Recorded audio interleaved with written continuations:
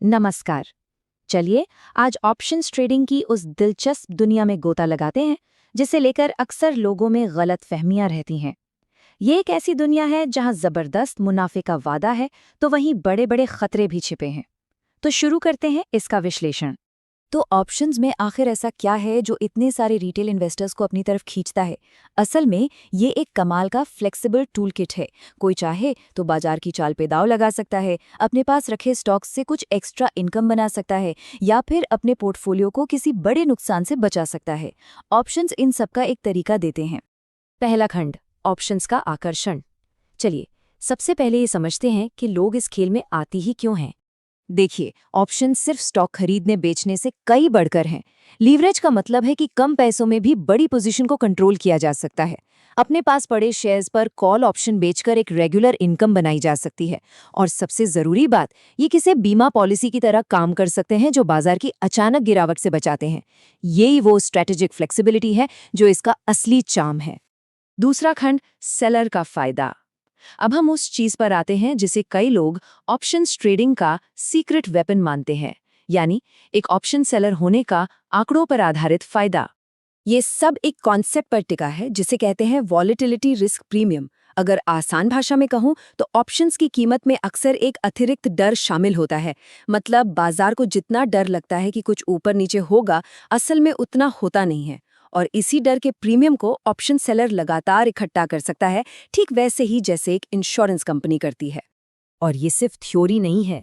Research बताती है कि जो स्ट्रैटेजीज ऑप्शन बेचने पर फोकस करती हैं, उन्होंने हिस्टोरिकली S&P 500 से बेहतर परफॉर्म किया है, और वो भी कम उठापटक के साथ। जैसे कैश सिक्योर्ड पुट बेचने की स्ट्रैटेजी ने तो सीधे सीधे बाजार को ही मात दे दी है। ये एक बहुत बड़ा स्टैटिस्टिकल एज है। तीसरा खंड, बाजार की छिपी हुई कीमत। लेकिन अगर ऑप्शन बेचना इतना ही फायदेमंद है तो फिर आम रिटेल निवेशक पैसा गंवा क्यों रहे हैं? चलिए अब बाजार की कुछ छिपी हुई लागतों पर नजर डालते हैं। यही वो सवाल है जो हमें इस विश्लेषण के वादे से खतरे की ओर ले जाता है। अगर आंकड़े सेलर्स के साथ हैं तो कहीं न कहीं कुछ तो गड़बड़ है जो रिटेल ट्रेडर्स के लिए नुकसान की वजह बन रही है। आइए पता लगाते हैं कि वो क्या है। और ये रहा पहला चौंकाने वाला आंकड़ा। रिसर्च बताती है कि ब्रोकर्स ऑप्शंस में लगाए गए हर डॉलर से स्टॉक्स के मुकाबले 10 गुना ज्यादा कमाई करते हैं। ये होता है payment for order flow system की वजह से, जिसमें ब्रोकर्स अपने कस्टमर्स के ऑर्डर्स को बड़ी ट्रेडिंग फर्म्स को बेच देते हैं।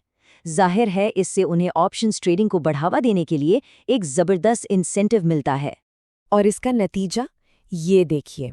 फ्लोरिडा यूनिवर्सिटी की एक स्टडी ने पाया कि रिटेल ट्रेडर्स जो कॉम्प्लेक्स ऑप्शन स्ट्रैटेजीज में हाथ आजमाते हैं, वो औसतन सिर्फ 3 दिन के अंदर 16.4% का नुकसान कर बैठते हैं। ये कड़वी सच्चाई है जो दिखाती है कि कैसे थ्योरी का फायदा असल दुनिया के नुकसान में बदल जाता है। तो इन नुकसानों के पीछे की वजह क्या है? असल में ये 3 चीजों का कॉम्बिनेशन है। पहला, ब्रोकर के इंसेंटिव्स जो ज्यादा ट्रेडिंग को बढ़ावा दे सकते हैं।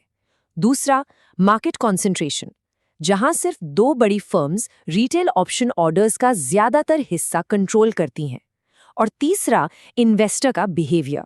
रिटेल ट्रेडर्स अक्सर लॉटरी टिकट जैसी बेट्स की तरफ खिंचे चले जाते हैं, जिनमें लीवरेज तो बहुत होता है लेकिन जीतने की संभावना बहुत कम। चौथा खंड, एक ट्रेडर की असली चॉइस। चलिए अब इन बड़ी बड़ी बातों से निकलकर एक प्रैक्टिकल सिचुएशन को देखते हैं जिसका सामना हर ऑप्शन ट्रेडर करता है। ये सब रिस्क और अपने गोल को समझने का खेल है। ये एक क्लासिक सवाल है, नेकेड पुट बेचें या put credit spread. Naked put के साथ ट्रेडर स्टॉक खरीदने को तैयार रहता है अगर कीमत गिर जाए।